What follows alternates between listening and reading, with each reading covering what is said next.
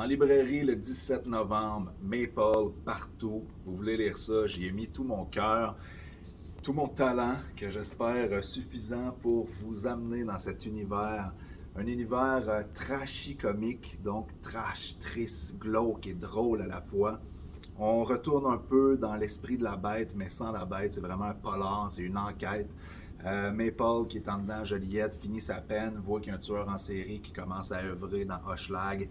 Elle débarque ses scènes de crime, la clope au bec, et elle vient régler le cas de ce tueur. Je vous lis le prologue pour vous donner le goût. Parfois, la vie met de l'amour sur notre chemin. Il faut se décrotter les semelles et poursuivre notre route. Évidemment, si on peut revendre la merde qui nous colle au bottillon et rentabiliser notre détresse, c'est mieux. Nos histoires de cœur, tout comme nos rêves, n'intéressent personne à part nous-mêmes. En revanche, si on a la chance d'être trahi, de faire couler le sang ou de traîner dans la marge assez longtemps, on suscite une poussée de curiosité morbide, on peut négocier ces anecdotes. Pas plus conne que David, je vais exploiter le filon. Il s'est fait des couilles en or avec sa trilogie, je vais m'en faire et tout. De belles grosses chromées. Moi aussi, je peux écrire un livre avec des grands mots, des figures de style, des paragraphes rebondissants, puis toute la patente. Je vais vous beurrer ça épais. Une histoire vraie, crue, qui sent le vécu à pleine page. Si tu kiffes pas, mamie, tu lis pas et puis c'est tout. J'espère que les censeurs et les vertueuses me mettront à l'index, je pourrais leur mettre un majeur.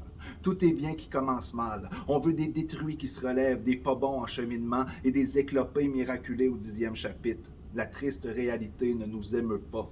On ne réclame jamais des règlements de compte et des faits, mais de la guimauve et des contes de fées. Je vais réconcilier ces deux pans dissonants de l'imaginaire collectif.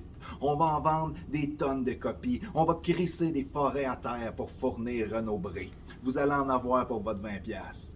J'aurais pu me la jouer tranquille, puiser dans mon intarissable réserve d'histoire glauque, mais je vais vous gâter. Vous allez connaître les dessous de l'enquête. Quand même pas tous les jours qu'une péripatéticienne bien mûre arrive à résoudre un paquet de crimes, à doubler la police et à neutraliser un tueur en série du même élan.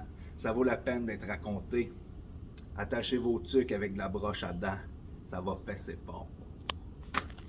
Maple, publié chez Stanké. Amusez-vous.